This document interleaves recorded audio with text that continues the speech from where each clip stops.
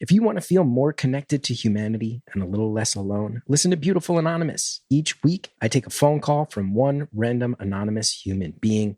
There's over 400 episodes in our back catalog. You get to feel connected to all these different people all over the world. Recent episodes include one where a lady survived a murder attempt by her own son. But then the week before that, we just talked about Star Trek. It can be anything. It's unpredictable. It's raw. It's real. Get Beautiful Anonymous wherever you listen to podcasts.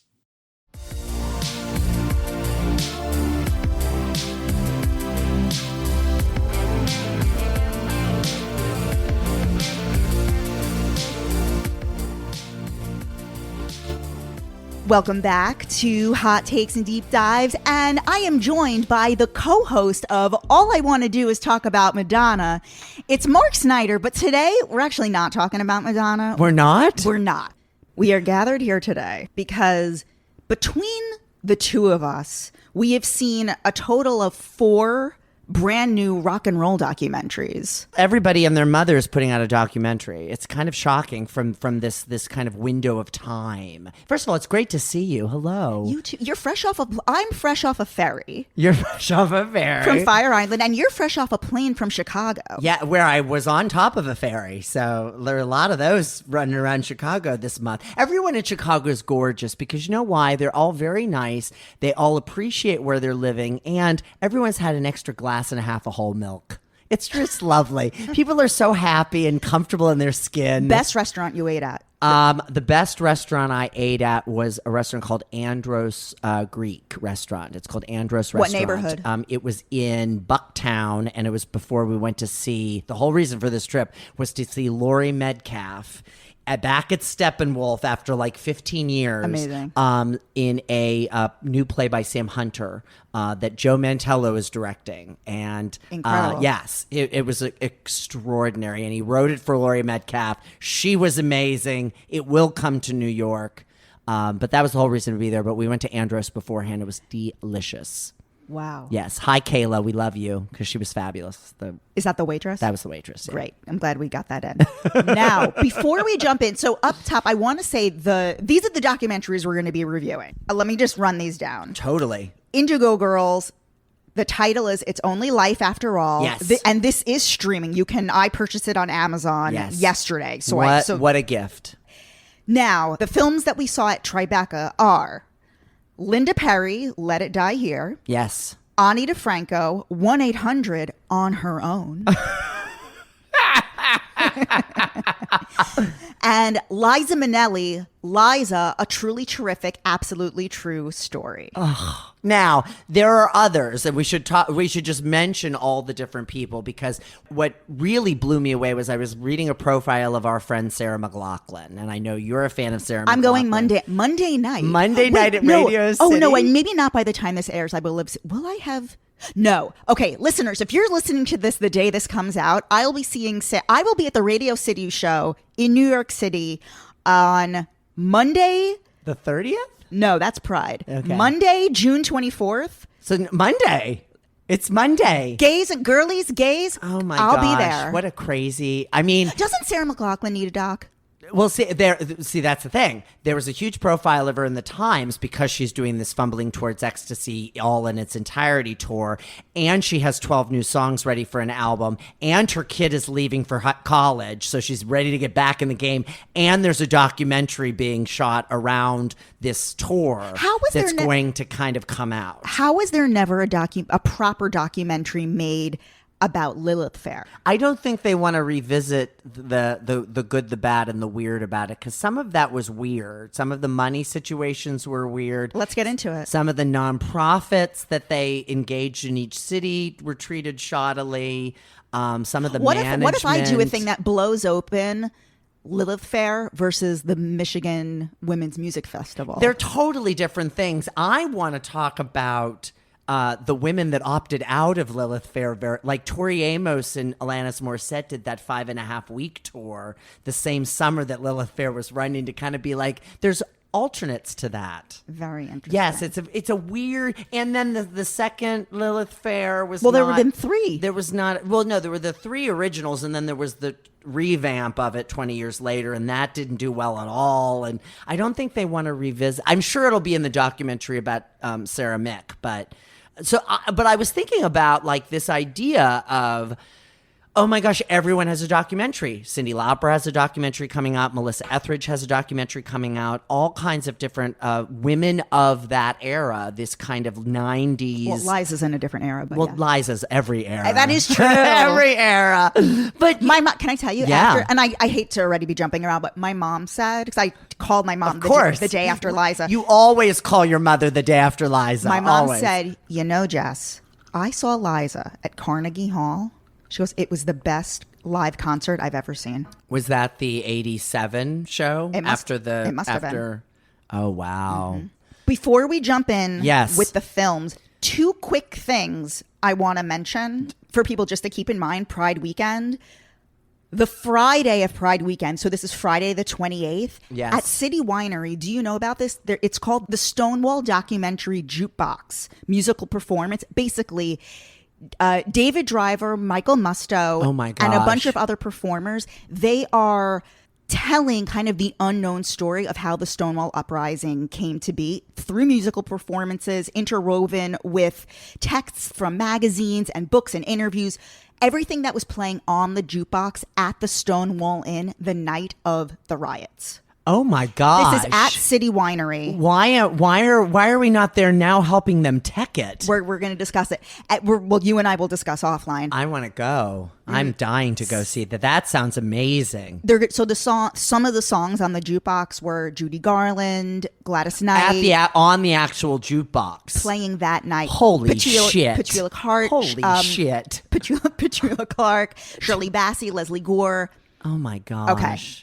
The other thing I wanted to alert people to, and this is if I could design the perfect Pride Sunday, because like I can't with the Jess, you're like a Pride app. You really are. You know what's going on all the time. But you know me. I'm constantly finding ways to leave places. Oh my gosh, no. I want to be at some place. Listen, listeners, going to places with Jess. She soars in. She has some kind of in. We stay for like 20 minutes, and then she's like, "I gotta go," and you're just like, "Well, we just." Yeah, face. I'm just like, you got places to be. You know what it is? I know when I've reached the peak of an experience and it's only going to be downhill. Yeah. It's kind of like nothing good happens after midnight. Oh, I believe that with every fiber of my being. I know when I've gotten everything I'm going to get out of an experience and I'm ready to go home. You're ready to go home. That happened when I was in Chicago. That happened a ton where I was just like, I'm good. It's time to go. So let me tell you the thing that's happening on actual Pride Sunday, and I'm going to. And you're going to. So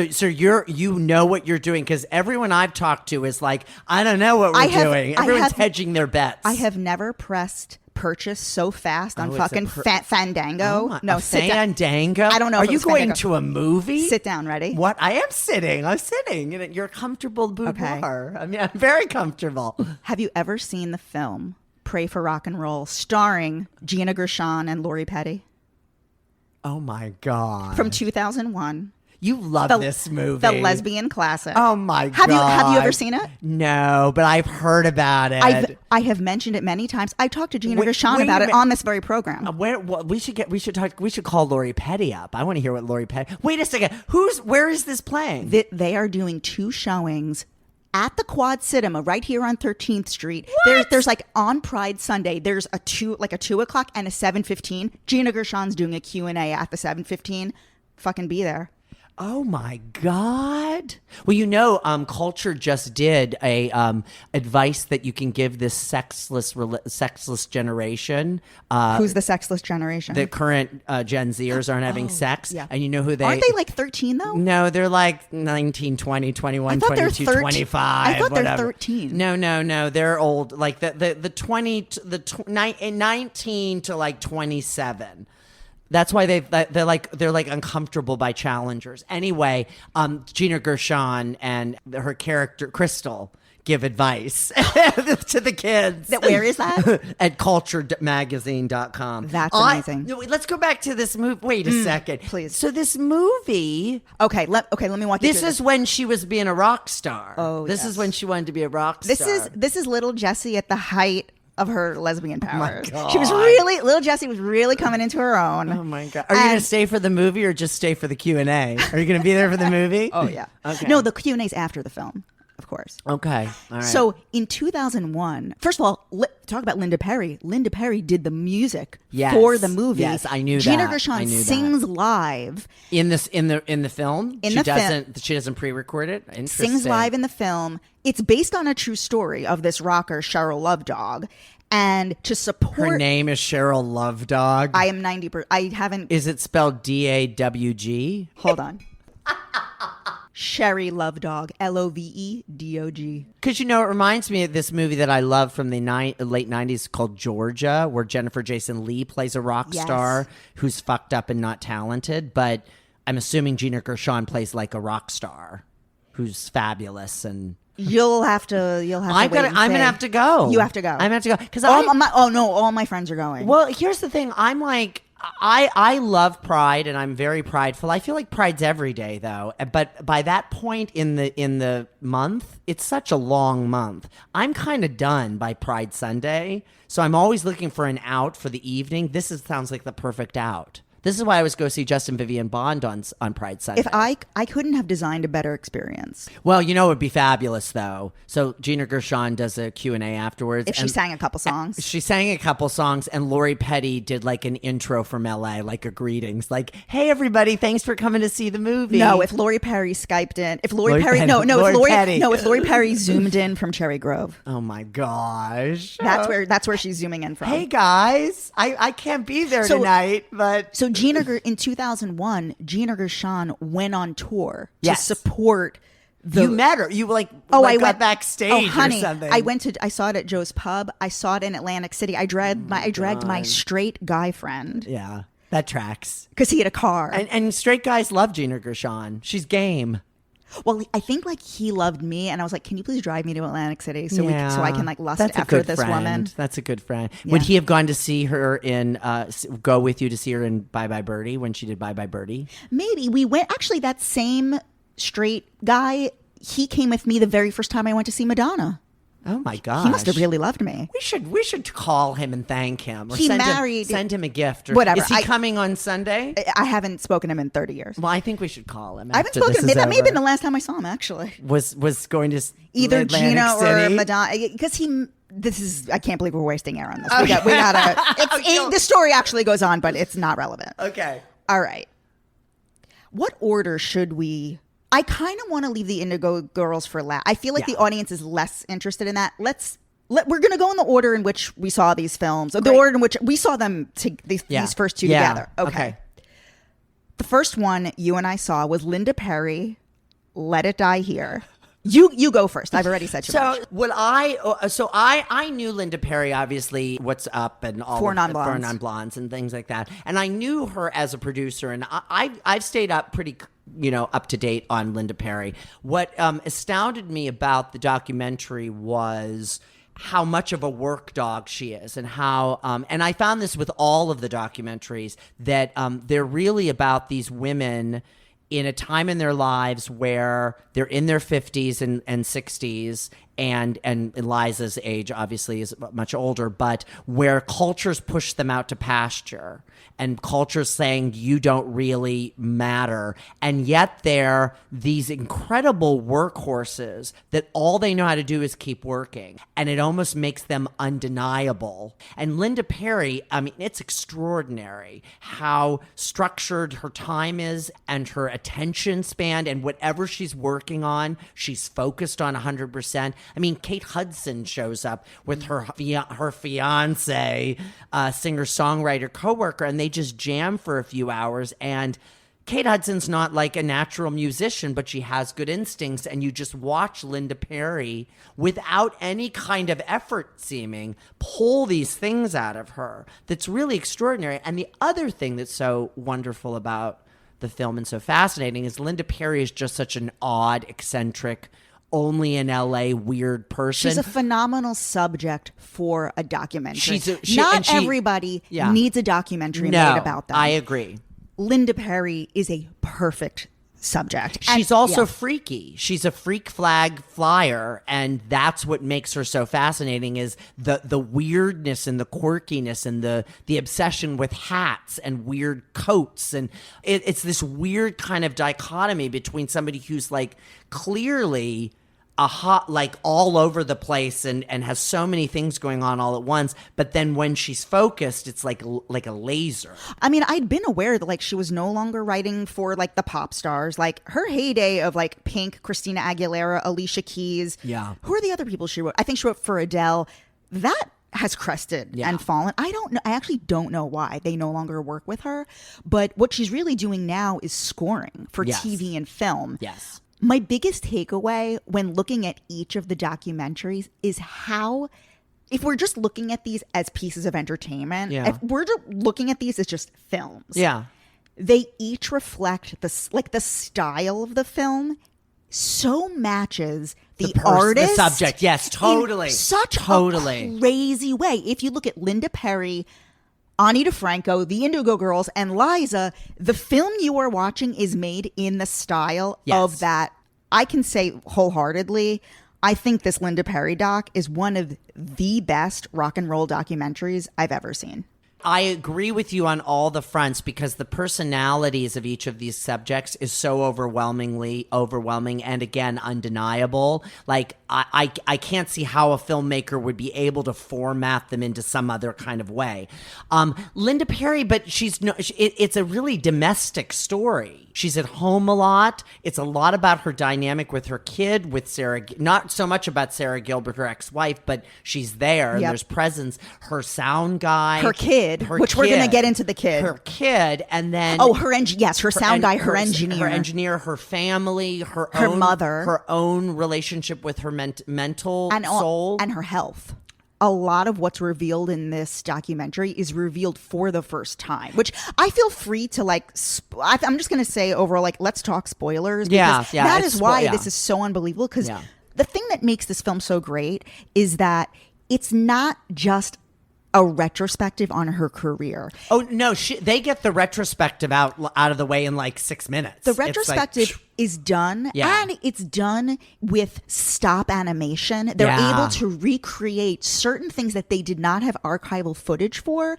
They recreate it through the use of stop animation in a way that is so creative and so dynamic. And weird like she is. Like I could see her like molding clay. Like it feels very much her. Yeah. Recreating these scenes of her on like these drug benders, like just wild shit that they would never have archival for.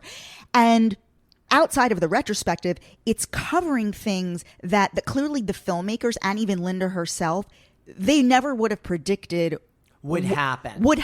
Like this was filmed over the course of 2 or 3 years, and they had to take significant breaks because the following things occurred. I mean, the filmmaker like stepped in fucking gold. And it's the way that she deals with these things that's really exciting and radical. Yeah. So first of all, she decides to go in for a breast reduction. Yeah. They stop filming while she is in the surgery for the breast reduction. It is discovered that she actually has breast cancer. Yes. And then she has to deal with what that means. And she ultimately decides to do a full mastectomy and no reconstruction. She talks about what that means, like how her breasts have always been sort of like a cumbersome thing in her life. And that's what led to her getting the reduction in the first place. Yeah. It was very powerful and turned it into a source of empowerment and almost reinvention. She almost reinvents herself. The transformation comes through the death of her mother. Yeah. Which it seems like she had this really emotionally abusive relationship with her mother through the end. The mother is alive until the very end of the film. You never see the mom. Yeah. And she finds a lot of healing through having the child with Sarah Gilbert. throughout the film, Mark and I could not understand how this was not biologically Linda Perry's child. It's stunning how the kid looks exactly like Linda Perry. And you were like, "Oh no, that's a Gilbert." I'm like, I don't believe it. Yeah, I did the Googling, and in fact, it's a like Gilbert. live while we were there. Jess was on her phone. I was like, "Turn off your phone." Sarah Gilbert, who does not have a fucking pulse in her the body like this, and this kid is nothing but personality, energy and personality. The other thing I really loved about the documentary was the way that she continued to work. When they bring her home from the hospital and they set her up in that chair and she continues to score and she continues to work. The engineer is like, yeah, Linda wanted to see every single one of her synths. Every single one of her synths. So pulls out like 20 synths. Yeah, and lays them out on the floor of the living room. And then, of course, the engineer's never to be seen again. Like after that scene. I love that engineer. I want to hear from I hope they reunited over the film. I love like the ancillary characters that are like the ones answering the phone.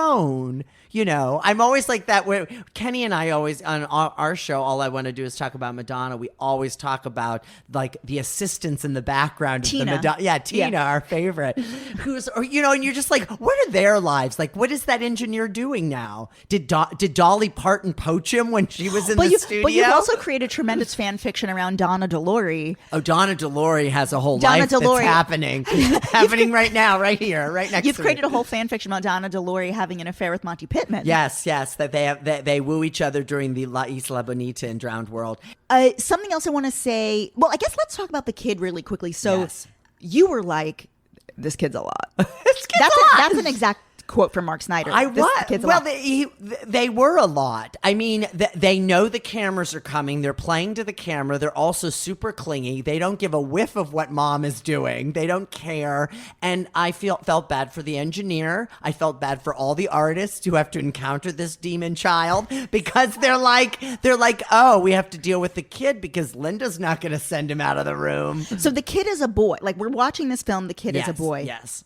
Now, what's important to note is after, and I want to talk about the concerts too, after the Linda and Ani DiFranco, they each performed. And Jesus Christ, were these performances wildly different. The performances were exactly the difference of the films. Yes.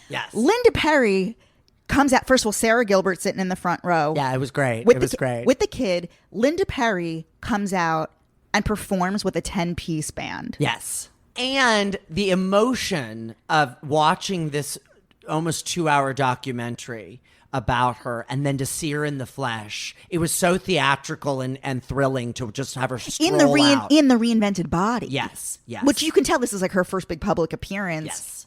Thrilling. And feeling a certain type of way, positive way about the body. Oh my gosh. And she brings the kid up on. Oh, they carry the kid is holding flowers for Linda. Such an obvious ploy for that kid to get up on stage. So the kid winds up on stage and is singing with Linda Perry, and it's revealed.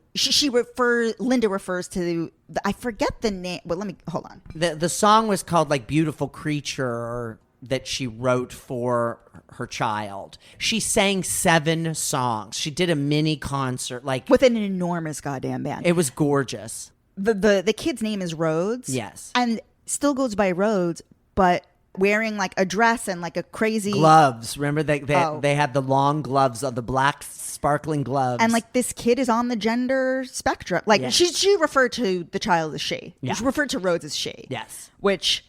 You were like, listen, you got Linda Perry and Sarah Gilbert as your moms. I mean, I love it. I mean, I love that. Of course, I could not. And the hair, I have to say, the hair was just. It was so gorgeous, kid. California, Laurel Canyon. I mean, it was so bohemia. And this kid goes to a special school and like it is creative and I mean and has such a presence. What did you think of Linda calling people up from the audience? She called us. Okay. Now here's where it derails. Okay, so again, these are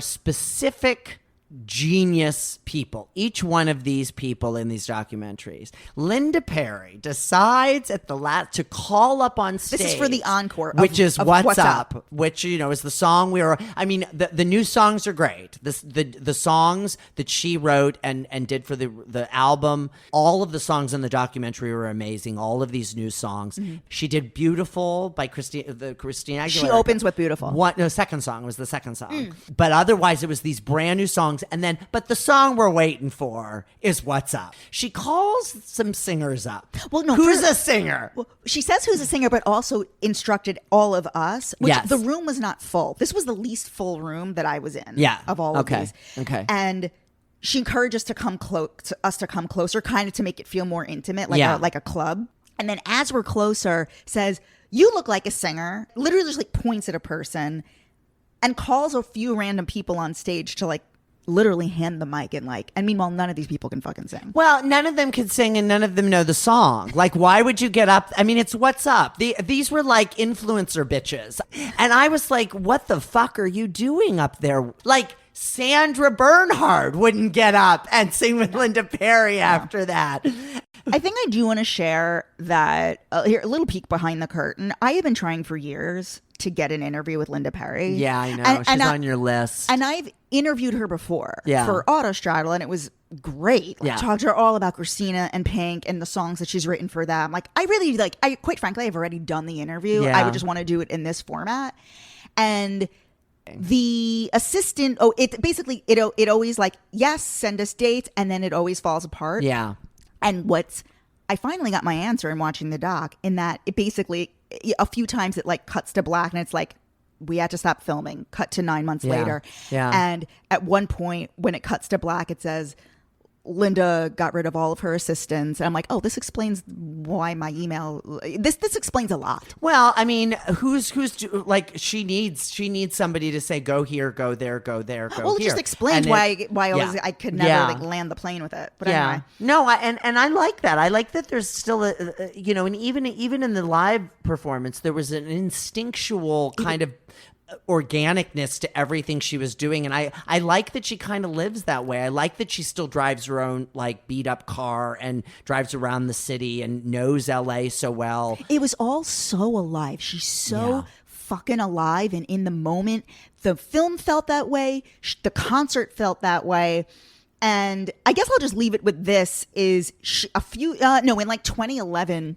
Of course, so Linda Perry, after she did Four Non-Blondes, she released 2 solo albums, only one of which is on streaming. Yeah. And I bought these on CD on eBay like 10,000 years, you know. And was it a major late? Like, was she on a late, like Columbia or something, or was know. it One of the was album, like independent or? I don't remember. I'd have to look it up. Yeah, because there's a lot of that around that time where there's a lot of like independent labels. Mm-hmm. Like I remember Aimee Mann's first record, whatever, was on Imago, and that went out bankrupt like after like 3 records. So like they were hard to get. I could use an Aimee Mann doc.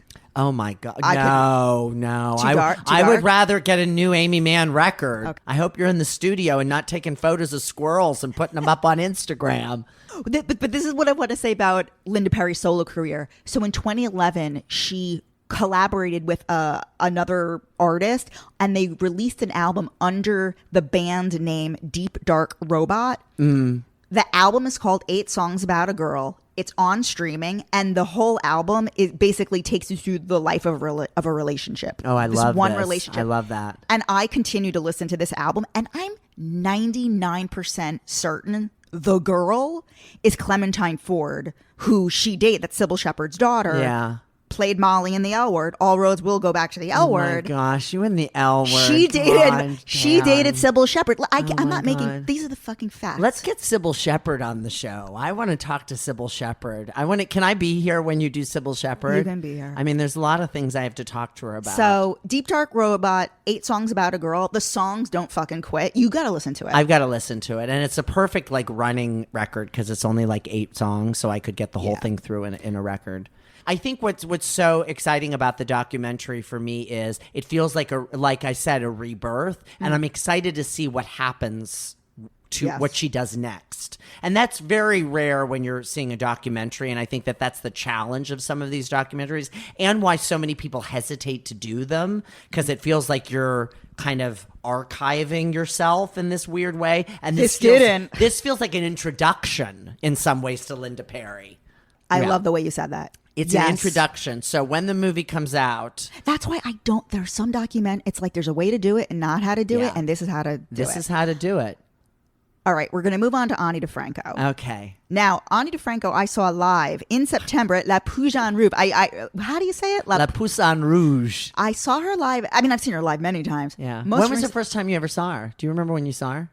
It must have been in the mid 2000s in Central Park. Oh, because she does that concert like every year. Well, okay, so I have to tell please. I saw when I got to college in Columbus, Ohio, I became obsessed with a group of lesbians, because I didn't have a lot of lesbian friends growing up, and I wanted to have a lesbian friend. I wanted a friend named Erin who had a sandalwood candle and would teach me about the world. And so, because I was really into the Indigo Girls already, because I was a big Indigo Girls fan, so that was my entryway in. And I had to make my peace with Melissa Etheridge over this period. But you had to make your peace. I had to make my peace because I found Melissa Etheridge to be a lot. Oh, see, kind of like the kid. I'm kind of like I don't want you to give me everything, and she was just a lot. Melissa is to rock musicians what Linda Perry and Sarah Gilbert's child is to children. Yes, like I can imagine that Rhodes in a school setting. Linda Perry, would be dominant, and Melissa Etheridge, I feel like, would be the same. Melissa Etheridge has hits. Oh, she's got huge hits. But her music is great. Sure, I love Melissa Etheridge. I'm not saying I don't love. Gotta say though, don't need the fucking documentary. I saw the Broadway show. That was enough. Well, here's the 3 hours, no intermission. 3 hours, girl. Come 3 on, hours, Melissa. No intermission. I had to get. I got up and then. You know what song? You know what my favorite Melissa Etheridge song is? Go ahead. Your Little Secret. I love that song. That's the title of the album. Yeah, I know. I love that song. Do you know my favorite song? What's your favorite song? Similar Features. Oh my God. So I befriended some lesbians. I started working at a coffee shop. And in the coffee shop, there was a tape deck that we played the loudspeaker, because this was before phones and Spotify and streaming and everything. And Jenny McGowan, I love you dearly, Jenny McGowan had Out of Range on one side and Not a Pretty Girl on the other side. And we listened to these records for all of our shifts. She had this stuff played, and she peppered them in with other lesbian music. But it was like a freaking women's festival concert there, like Jonna Brooks and like people. Joanne. No, excuse me. No, excuse me. No. Sean Colvin. It was Jonathan Brooks. Jonathan Brooks. Well, she was on the L Word soundtrack, wasn't she? I have no idea. I think that feels like it should have happened. So I became obsessed, and then I worked at the radio station, and in the spring of 1997, Ani came to town to play the Newport Music Hall, which was this tiny club in Columbus on the Ohio State campus. And a friend of mine and I got comp tickets through our radio station to go, and it was a general admission seating. She had blonde, short hair. And it was the Living in Clip era of the live record was coming out like within a couple of weeks. Dilate had gone out. I had slow danced at midnight from 96 to 97 with a boy to Untouchable Face. And now I was seeing Ani DiFranco, and it blew my shit. It was her and Sarah Lee and Andy Stolchansky together, the three of them. The epicenter of the early years. Well, explain who Sarah Lee and Andy are. So Ani started playing solo for like 5 years, and then she had a drummer named Andy Stolchansky who was her drummer for then another like 10 years. And then she had a bassist named Sarah Lee who had played with the Indigo Girls. She had played with Joe Henry. She'd played with all these different, she was like a session Joe person. Henry? Yeah, oh yeah. Yeah. Bringing it back to Madonna. Always. All roads lead back to Madonna, Louise, Veronica Ciccone. And so she was playing. She had three people, and for that was a big deal for Ani DiFranco. And so I started seeing her then, and I think I've probably seen her more than any other Live, I've seen her more. Can I say something right now? Yeah, you can say whatever you want. And I think I said this it's to you. your show. I think I said this to you before when we were hanging out in Prospect Park a couple weeks ago. We were about to like go into this week of seeing all these docs. Yeah, we were getting our ducks, our sapphic ducks in a row. We really were getting those ducks in a row. We were making a lot of plans. We were making a lot of plans. A lot of things. And you were talking about Ani, because honestly, I mean, I love Ani. Yeah. But you are an anthropologist. Yeah. When it comes to Ani, you know way more than I do. I feel like there's this window of time in your life, and it's probably like 16 to maybe 21, where if the artist hits you at the right time and the right thing, and you are of a certain age and a certain time, you will follow them forever. And I have about 5 of those that were in that window. No matter what they do. I mean, some of the records are great, some of the records are not great. I stick with her throughout that. But this is what I want to say. I think the reason that you and I really connect is because you are my favorite brand of gay guy. And my favorite brand of gay guy is a gay guy who's obsessed with lesbian shit. Yeah. And other people who fall into this category, fellow like friends of ours or like listeners will know who they are. People like Damian Bellino, co-host of You Might Know Her from. Ben Rimmelauer, I would say, falls into this category. Yeah, he's the creme de la creme. Tony Trias. Tony is a, yes. Fellow Madonna podcast host. Other male, basically like the guy friends who I really form these close relationships with. Yeah. And so my question is, why do you think there are the two different types of gay guys? Like there is a brand of gay guy who are like you, Damian, Tony, and Ben, and then there are gay guys who literally don't give a shit about women. Like they just care about fucking and pop and beats and pop and that and like and Britney. Yeah. What is that and why? And just tell me. Golly. Yeah, that's a big question. I mean, I don't think that other group of men don't care about women. I think though that they're not curious about the artistry of women. I think I can only speak for myself, but I always identified with women artists, first of all, because they're badass. They're always badass. And they're others like I am. I'm another. You're another. I identify with them because they just have they have an innate outsider perspective. They always have. Even some, I mean, I just had a long, fabulous conversation with Ann Powers about her new book about Joni Mitchell. And Joni Mitchell is about as beloved as anybody in music, but she's an outsider. She made weird choices and made lots of unconventional records, and Anne's an outsider. And so I always loved that outsider perspective. I think also what engages us fully in these artists is how they survive. To bring up Ben, I'm so excited to see Patti LuPone in a comedy on Broadway this spring, and she's doing a movie and she's doing these other things.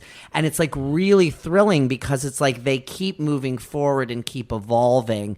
And I think that otherness gives them the permission to do so. But are there any male artists, whether they be male musicians, male... I think of Rufus Wainwright. Yeah, I was just... My mind immediately goes to... I think of him as the Ani counterpart. There's, I always joke, there's nothing a gay guy hates more than a fellow gay.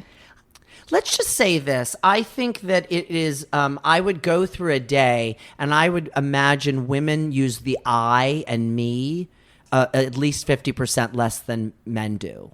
I think men lead their lives much more focused on themselves, and women are much more curious about other people. Sandra Bernhard just said this really interesting thing in the Daily Beast the other day in this article about that new movie that's coming out, that documentary about queer comics. And she said something about how I'm able to really put myself second and identify with the other person to make them look good.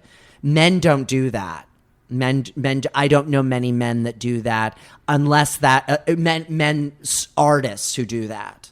There's kind of a mercenary quality, and I think rounding it back to Ani, a lot of that documentary is about Ani trying to make all of the elements of her life work harmoniously, instead of just batting down the hatches and focusing on herself.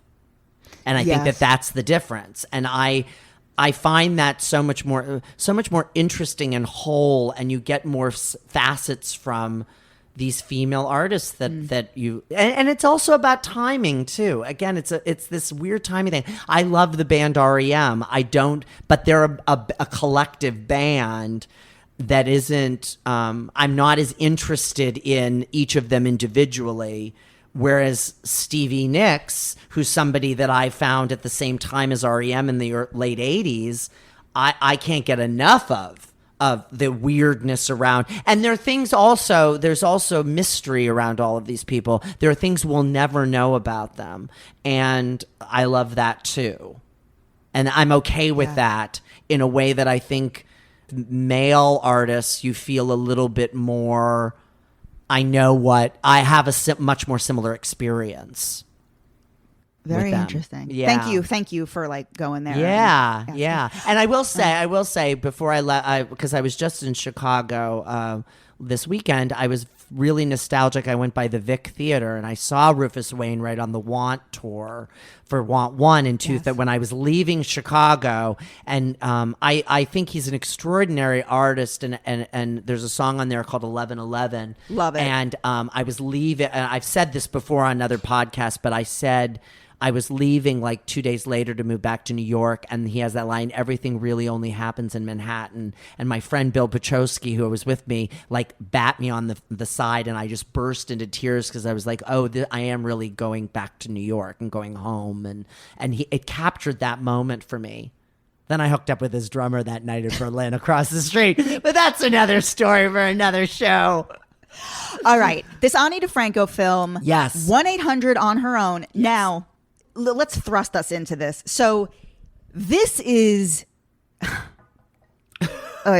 Well, okay. No, okay. Let me just say. Well, here's the thing. It is the third documentary that's been. Ani has had several documentaries made over the years of her. There was one called Revel. But they all go around a tour. Yes, they correct. all chronicle a tour. This is like Correct. her meant to be a snapshot in time. Yes, and. Yes. The sort of the inciting incident that happens here is twofold. Number one, you're kind of catching her where she's clearly bitter and resentful that she still has to go out on the road in order to be able to support her family. Yeah. And, she's just like a workhorse and disconnected from the husband. And they're still married, but she's talking about, why are you laughing? I'm just thinking of something, but I'll talk about it in a second. I'm just like, you have this. You have the no. I have a thought about it that's interesting. So like she's got 2 kids. She's the husband. Like more so than anyone else in these documentaries, she has a fully formed domestic life. It's shocking how domestic it is too. This is the first time we've seen them. But you only see it. Why? Because COVID hits. Yeah. And that never would have happened. I mean, COVID. Do you think that we would not have seen? We wouldn't have seen it in a documentary. Yeah. No, they were just going to follow her on tour, and they were going to follow the writing of Revolutionary Love. Yeah. Which this is where it gets juicy for me because a lot of this I was like, oh my god, I was just like, you didn't like it. It's no Linda Perry doc. Listen, this is the thing. If I'm spoiler alert, sort of my rankings here, Indigo Girls is at the bottom. Wow. And then Linda Perry is number 1. Yeah. And then Liza's number 2. Of course. Then, I knew you'd do Liza. Linda Perry, Liza, Ani, Indigo Girls. Yeah. Here are my pros and cons. Yeah. In the pro list, love that we finally got to New Orleans. Okay. When I lived in New Orleans, I lived literally 2 blocks from her. Yeah. She owns the biggest, she says repeatedly she says it once that she feels broke. Yeah. Like she said, I'm 50 and I'm broke, but you own the biggest house in the Maroney. Yeah. And I looked up the listing and it was like $2 million. Yeah. So. But she doesn't live there. They downsized and moved. They wound up moving someplace else in New Orleans. Yeah. But that rainbow swing, that was all hers. Yeah. Like that's her house.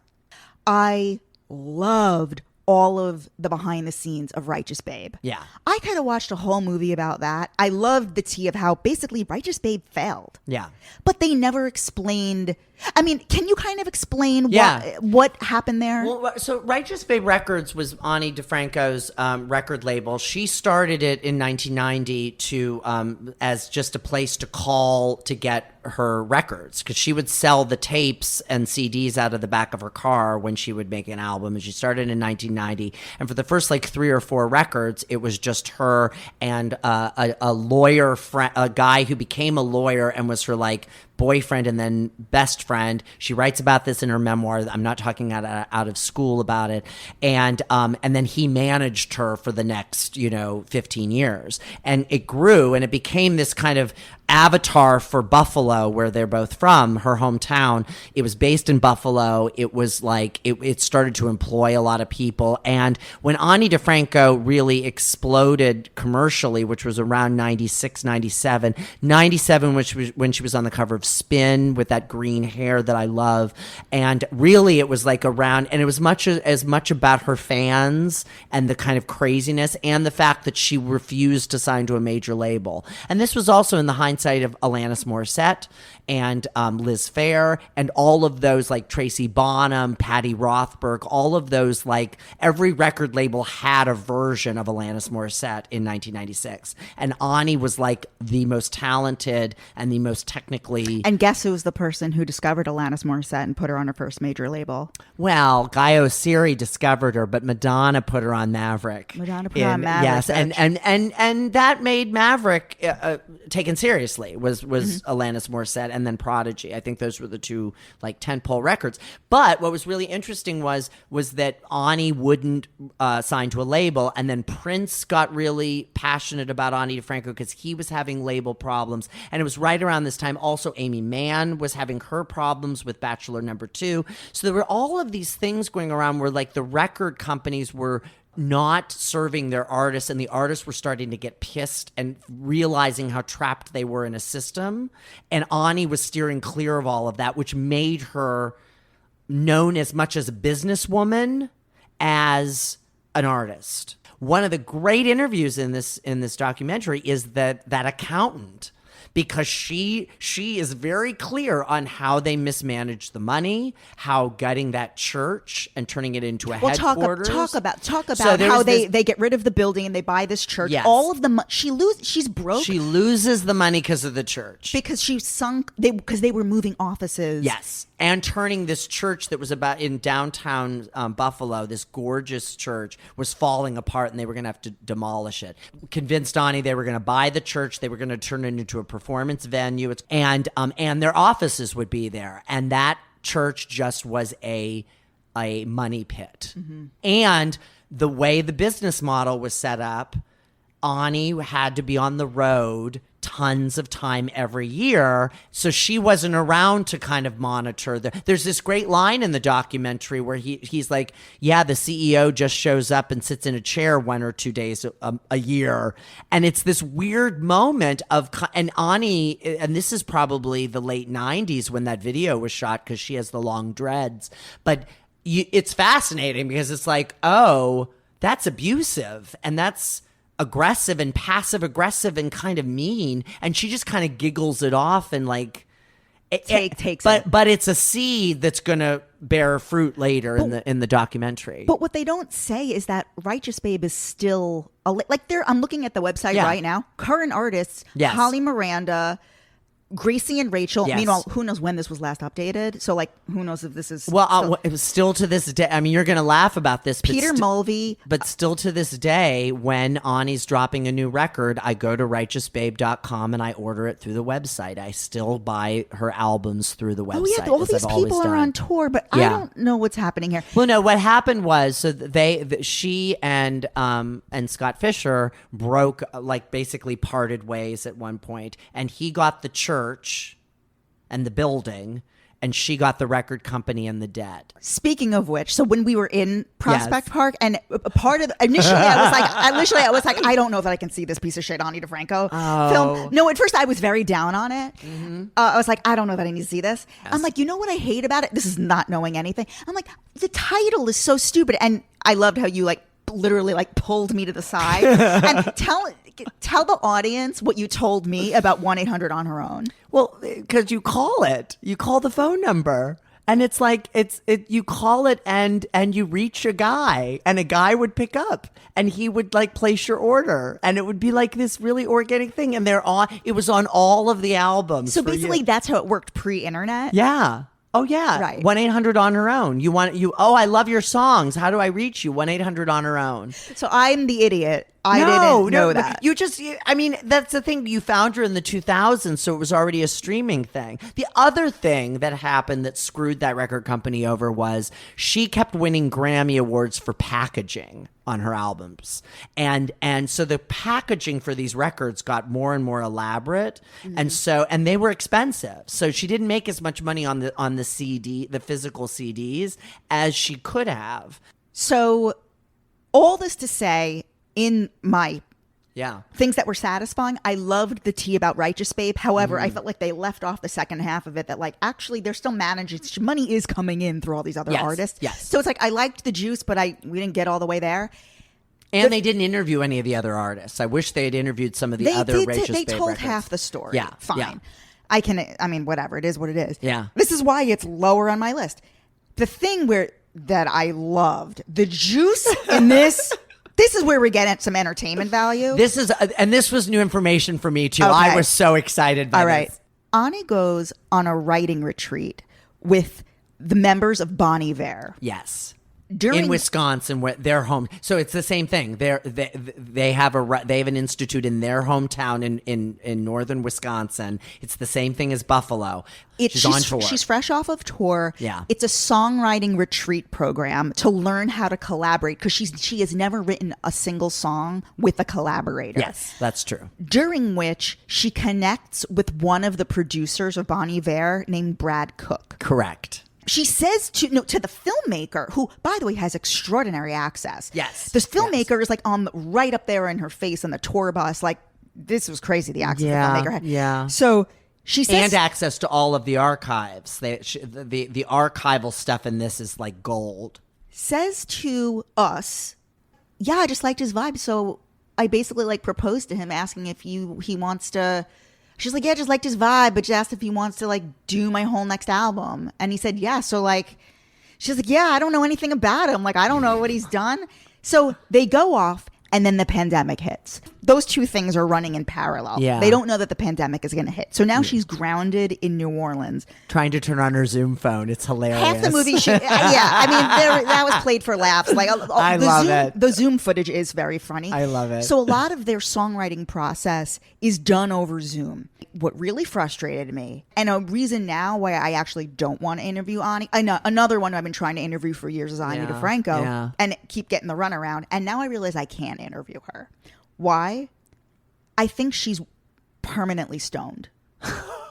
This woman is high the entire fucking... She can't let out a coherent thought. I can't. I would disagree with that. I think that I have listened to this woman talk for... That's just the thought process. So what winds up happening, the peak of the movie, which I fucking loved, they're very painful. Very painful. They're on Zoom together. He stops her from talking, and he says, what albums of mine have you listened to? Yeah.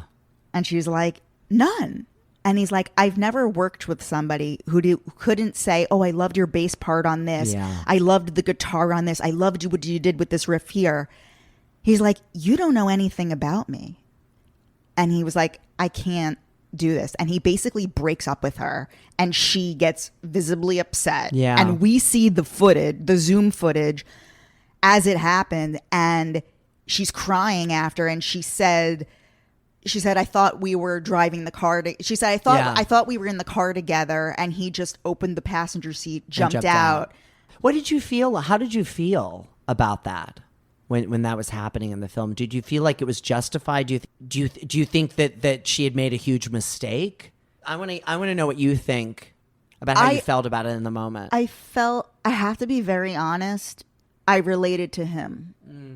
Overall, I was turned off. Maybe it's just because I haven't seen her interviewed a whole lot. Like, I just love the music. And I do and maybe that's the best way. I love the music. I love going to a show of hers. Yeah. But the whole, like, pot speak and, like, can't tell a decent story, like, can't really land the plane, the lack of good communication, it doesn't paint a likable protagonist. Interesting. It's like I see a lot of flaws, and I think I would be very frustrated in a creative collaboration with her. I do think that she makes a mistake in not. You should always know something about who you're working with. You should suss out somebody who knows what his history is. If he's got some dicey history, or you just have to know who you're getting in bed, especially when you're fucking Ani DiFranco and you've been an artist for 25 years. Like, sweetie, and I don't mean that placating. I'm like, come on.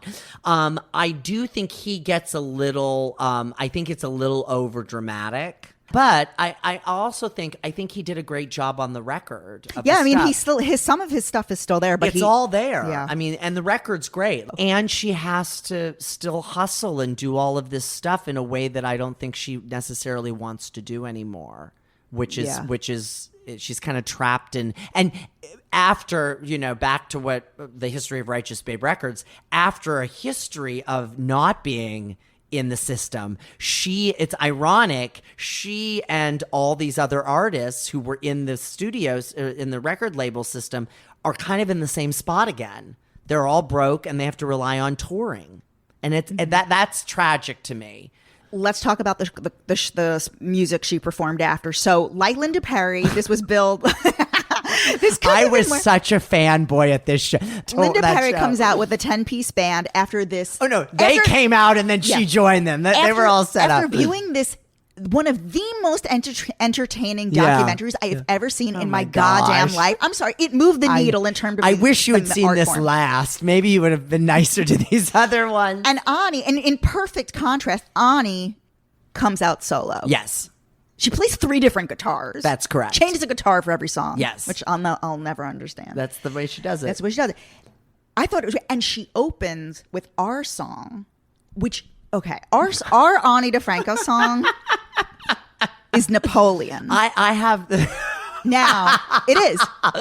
Why is it our song, Jess? Because why don't you tell this story? Because you sang it to me one time. I sing it randomly when people are being assholes in the world. Was I being an asshole? No, but we were out in the world and someone cut us off or someone was doing something douchey, and I always just say, everyone is a fucking Napoleon because they're not thinking of anyone but themselves. Now, earlier when you told the whole story of Righteous Babe, yes, and you brought up Aimee Mann. Yes. Now, I've done some deep fucking diving on Reddit. I have arrived at the conclusion. Oh, you're trying to get me. You're not going to get me. And you're going to tell me if I'm right or wrong. Is Napoleon about Aimee Mann? No, it is not about Aimee Mann. Who is it about? The rumors are that the song is about Suzanne Vega, who used to stay at the DiFranco house and sleep on their floor when she would tour through Buffalo as a young singer-songwriter in the early 80s and was very influential to Ani. Ani's talked about Suzanne Vega. Describe what Napoleon is about. Napoleon is a song about, I think it's about bigger things now than it ever when it was. But I don't want to hear your fucking interpretation. What is the song actually about? It is about somebody who is a fellow artist and they choose to be commercial and to go for the money and the glory and the superficial fickleness of fame and not stick to their... The narrator feels they're not sticking to their artistic intentions. And the line is, and I hope that you're happy. I hope that, baby, I love you. What is that? I hope that you're happy. And I'm sure that you would agree. But baby, I love you. I still love you, but how dare you complain to me? That's the thing. Everyone is a fucking Napoleon. The artist is complaining the first to time Ani. that I saw you, you were larger than life. And you came and you conquered and you were doing all right. You had an army of suits behind you, and what you had to be was willing. Now, would you prefer me to keep your cover of Napoleon in, or should I put in the actual song? Maybe your cover. Oh, maybe. Your interpretation. And can you believe that she opened with Napoleon? Yes, because it's a rambunctious song, and it's all about artistic integrity. Let's move on to Liza. Okay. Liza with a Z. Okay, now... This, I want to come out front and say, I had a special connection to this because my friend Dana Craig, her company Atlas Media, co-produced this film for her company, Atlas Media. They produced it, and it was her idea to do. What was the what was the idea? Do you know what the idea was that she went into it with? I think to actually make a documentary that featured Liza herself, which never existed prior. Yeah. This is the first doc to which Liza has fully authorized. I found this to be incredibly entertaining. Like the way this was directed and the way they chaptered it, you're getting the glitz and the glam. Like, this is a Liza documentary. Yeah. We saw this you watched the screener, so I saw this with an audience, so I was able to talk to some people after and get feedback. Our friend Ben Rimmelauer is a talking head in it. I know. I like jumped off my couch when I saw the talking heads are Mia Farrow, her best friend, Ben Vereen, Cheetah Rivera, which everybody clapped, obviously. Did they cheer when she came on? Okay. Yeah. Joel Grey, Lorna, John Kander, but nobody has more screen time than Michael Feinstein. Yes. Now, the first thing I said.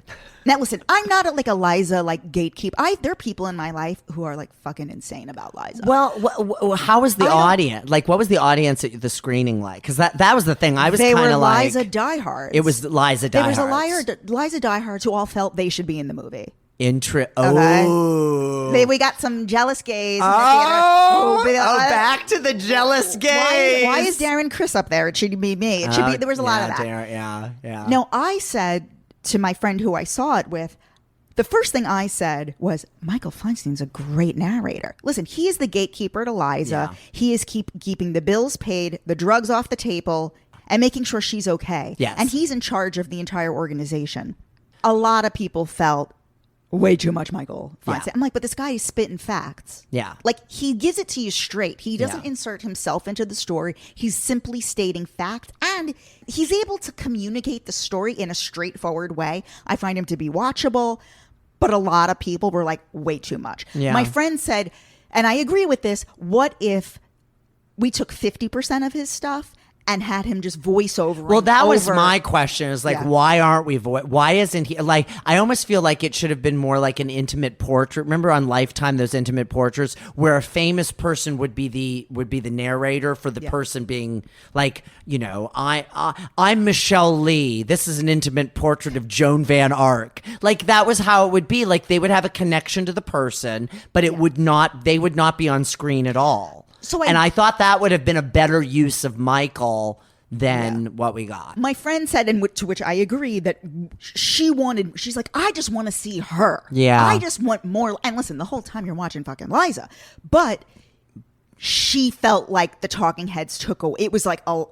Because there's only so much Liza. I mean, it's a ton of archival, and you're getting new interviews with Liza. But she wanted more archival and then just voiceover.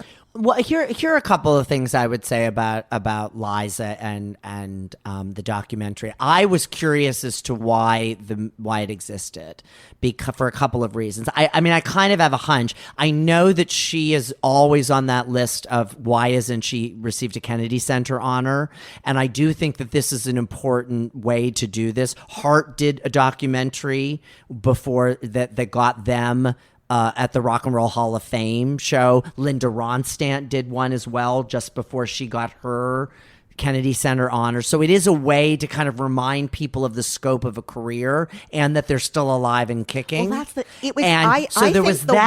think the why is because she's still alive, and I think she's actually 78, but she has health problems. Yeah. It's either now or never. Well, she posted that she's in Paris. She went to Paris on a private jet. Who is running that Instagram? I'm obsessed with whoever is. I love that person. I hope it's secretly Roger Doyley. Roger Dolly. Do you know who Roger Dolly is? Yeah. Because he's Luann's new assistant. Oh my He's God. been her assistant for a year now. He's phenomenal. Oh God. And he's been shouted out by Entertainment Tonight. People are raving about the way he's doing her Instagram. Well, I think my favorite of the Liza Instagram moments is when she congratulates that restaurant on their 100th anniversary or something. I'm like, why is she doing? She hasn't posted anything in 6 months, and this is what we're getting. But I think I'm a pretty big Liza fan, but I'm not like a diehard. Like I think of, I know, I mean, a friend of mine came to New York. She'd been very ill with a lot of health problems, and she took me to see Liza at the Palace for her birthday. Her parents got her tickets for her birthday, and we were in the fourth row. And the crazy people that come out of the woodwork who are down front at these shows, it's insane. It's insane. Like people were throwing themselves in the aisle. We could smell the perfume on this woman. I mean, she was amazing. And this was in, I think, 10 or 09 or, it was an amazing, maybe 12 even. But like, I got the fandom. I don't have that fandom for that. And I feel like they skipped so much of the juicy stuff, the good stuff. Like what? The husbands. They get into it. They skimmed over They it. skim over a lot. They do a big bit on David Guest, which I felt was like the most fan served. I mean, not the most fan served, but that got the biggest laugh. I mean, I think of her era. She is really the only one that's been able to. I thought a lot about this with like a Ben Vereen or a Mia Farrow, where it's like, yes, they've done things, but they're still kind of stuck in their place, and it's a lot about nostalgia. And Liza's been able to, like with Arrested Development and the live shows and stuff, but the live shows always are mired in the past. She does standard, she does the Kay Thompson thing was all about the 50s again, and which is why, I mean, it's thrilling entertainment, but it's not, I mean, they don't talk about results in the Pet Shop Boys, and which I thought was a big miss, because it's like, why aren't you reminding people that she was like a pop star in the 80s? I mean, she closed out that tribute to Queen when Freddie Mercury died, that AIDS fundraiser for Queen. She closed it with We Are the Champions. After all these rock stars, Liza strolls out. I mean, like, who gets to do that? What kind of entertainer gets to be that and go on tour with Sammy and Frank? One of the questions at the Q&A after was with the director. Yeah. And the first question that was asked was, what? So the movie starts with Judy's death. The director was basically saying, we didn't necessarily want to go in chronological order, and it was a bigger challenge and more interesting to just like drop in at a certain point. Yeah. And I kind of like that. Well, and when you think about it, I mean, Liza Minnelli exploded after her mother died. Her mother dying was the best thing that happened to her career. And I mean that in a very like kind way, but without the specter and without the angst and the weight of that, I mean, she was able to soar. I mean, within 2 years, she was making Cabaret, doing Liza with a Z on for TV. Mm-hmm. She'd won an Emmy, and I mean, she won the Oscar. I mean, like, she was at the zenith of her career within 2 or 3 years of Judy dying. I love the stuff that how she stepped in when Gwen Verdon wasn't able to do Chicago. Like appendicitis, yes.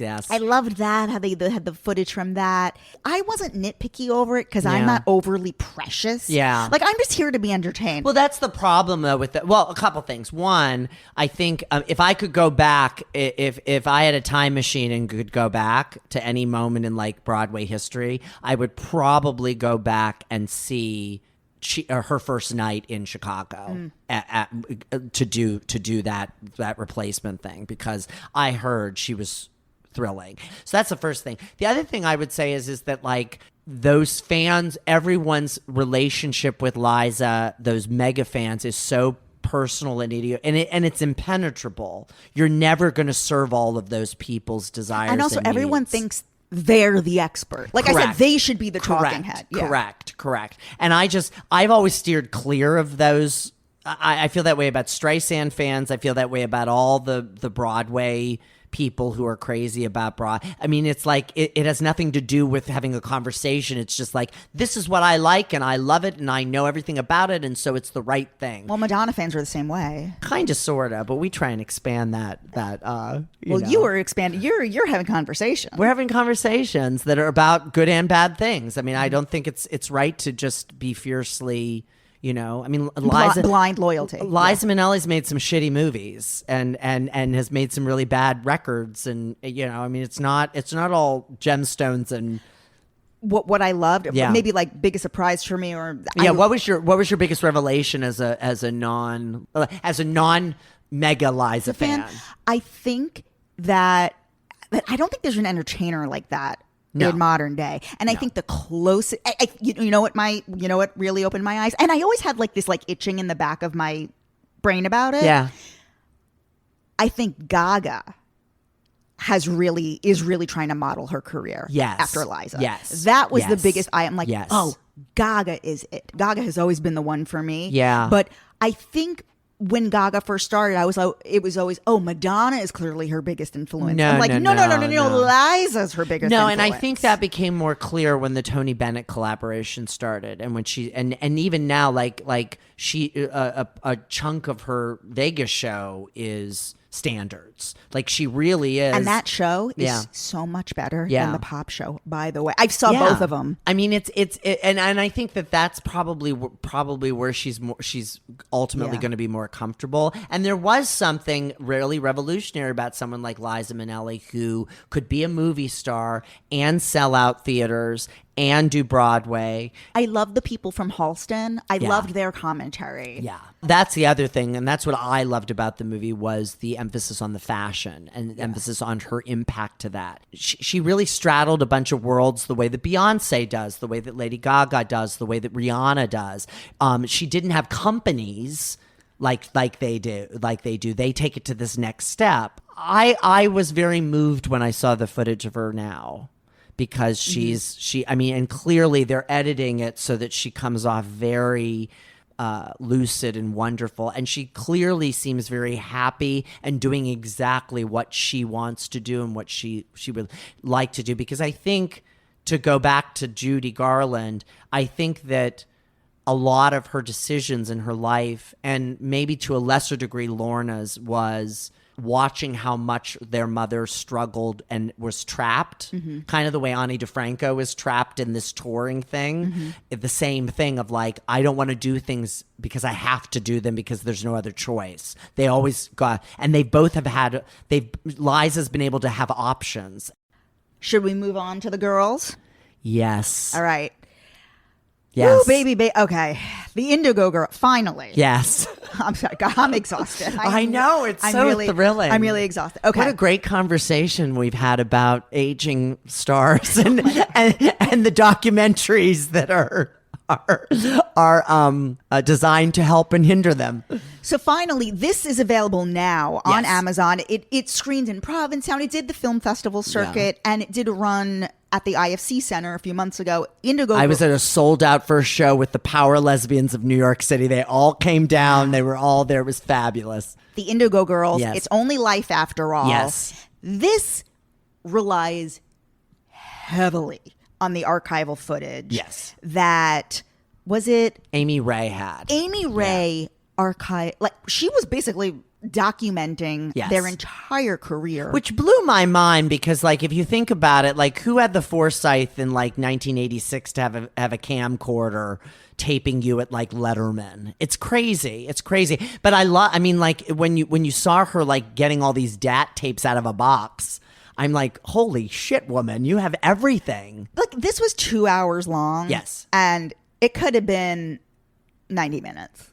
All of these documentaries, with Linda Perry's probably being the least grappling with this, is grappling with how much to be nostalgic.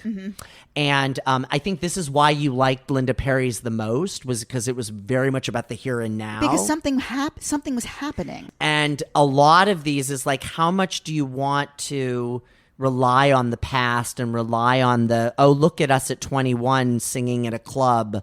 I think the question is like, yeah, it's kind of the thing of like, not everything is worthy of a documentary. And I think only if you're capturing something like that's happening in the moment, like it's a certain concert that they're building up to, like a Super Bowl concert, or for example, Madonna is going on the largest, creating the largest world tour of its kind. Oh, please, not another one. No, I'm saying like in Truth or Dare, like it's something is happening. Rather than, okay, this person is maybe at like the 3/4 mark of their career, and like, let's do it now because we have the archival and they're young enough. They're still doing it. They're still doing it. I mean, I think the challenge of the Indigo Girl documentary is they've worked out they're not fighting with each other. They're not at war. I remember there was a documentary that Fleetwood Mac made around Say You Will, that album they put out in 2003. And it was a documentary as they were recording it. And a lot of it was about Stevie and Lindsay fixing their broken, fucked up relationship again. And the Indigo Girls don't have any of those internal conflicts. I do think that the movie's really good about contextualizing their career, why they mattered to fans, why they mattered in a historical queer context. And I think a lot of people don't know that about them. Certainly after the Barbie movie came out and Closer to Fine was featured, people were like, oh yeah, the Indigo Girls. And I think that people should know how much they mean and what they mattered in terms of they were real boundary breakers and genre straddlers. And yeah. Yes, totally. I think you can do these types of documentaries. They're not art.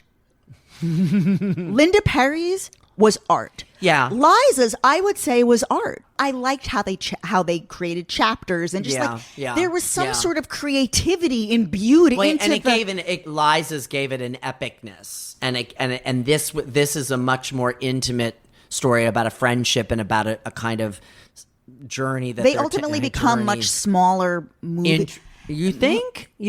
I think no matter what, fucking entertain me. Yeah. Gotta entertain me. Yeah. You gotta hold my attention. Just because you did a thing doesn't mean I gotta watch a 2-hour like nostalgia roundup of it. Yeah. I mean that unless you're gonna fucking dazzle me. I mean, there's a lot of personal stuff in the documentary that mega fans have never seen. Fans are going to love it. Yes, they're going to love it. And some confessional stuff, too, that I don't want to spoil, but like for people. Can I say something that I thought was very interesting? As long as you don't spoil. Well, I may be about to. If this is the thing you're thinking, two things were said that I thought were very interesting. Okay.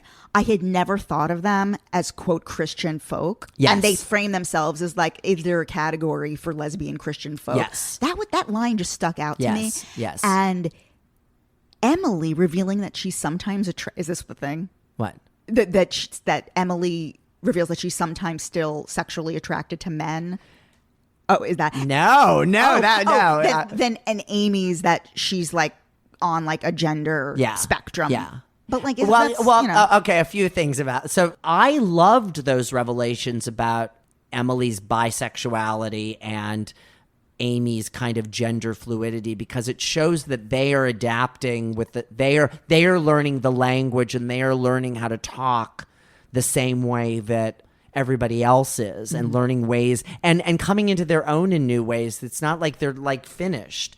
And I loved that. And I thought that was so moving. I mean, the moment at the end of the film where Amy's having the conversation with the makeup artist as she's making her up, and she really has a genuine connection with that person.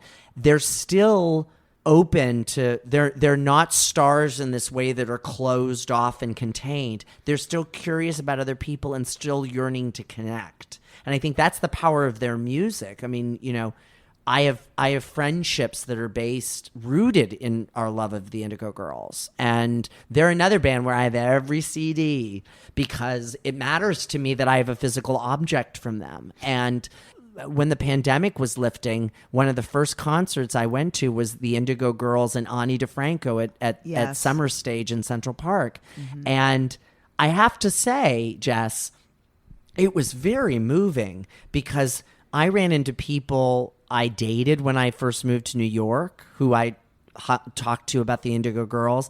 I went with friends I've known for 15 years here in New York. I ran into people from Ohio who flew in to see it. Wow. I mean, I knew so many people in that audience, and that's the community that's built around these folk artists from the 90s.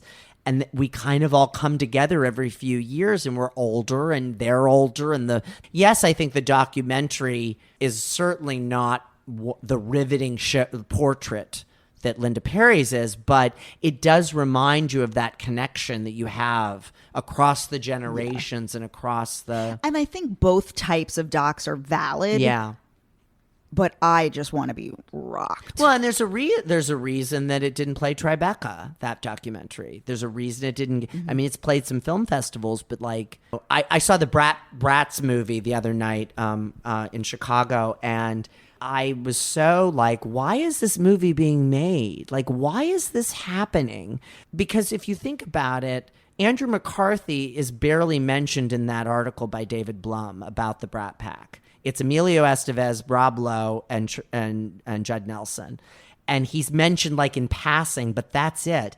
I don't know why he's so obsessed with this, but what's so moving about it is how all of these other stars from that time, Ali Sheedy shows up, Emilio Estevez comes out of his hole to be in the documentary, and, you know, Timothy Hutton, all of these people show up, and they're there for their friend.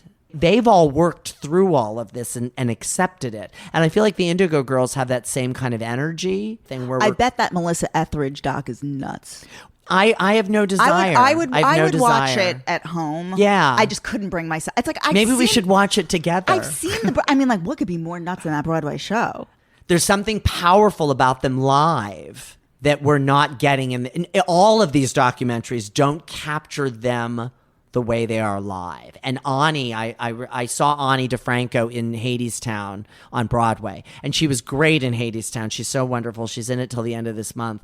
But she seemed so little and small and part of this bigger thing going on. When she was on stage by herself playing, she was huge. Oh yeah, again. you can't take your eyes off It's her. crazy. But the way they grow and expand and contrast, I don't know. Like, I wish they had shown some footage of the Indigo Girls live now to just remind us of what they're capable of. They're playing Provincetown. They are Labor Day weekend. They are in yes, I know. Our All girls. right, let's end it there. There's so much more we could say. There is, but let's end it here.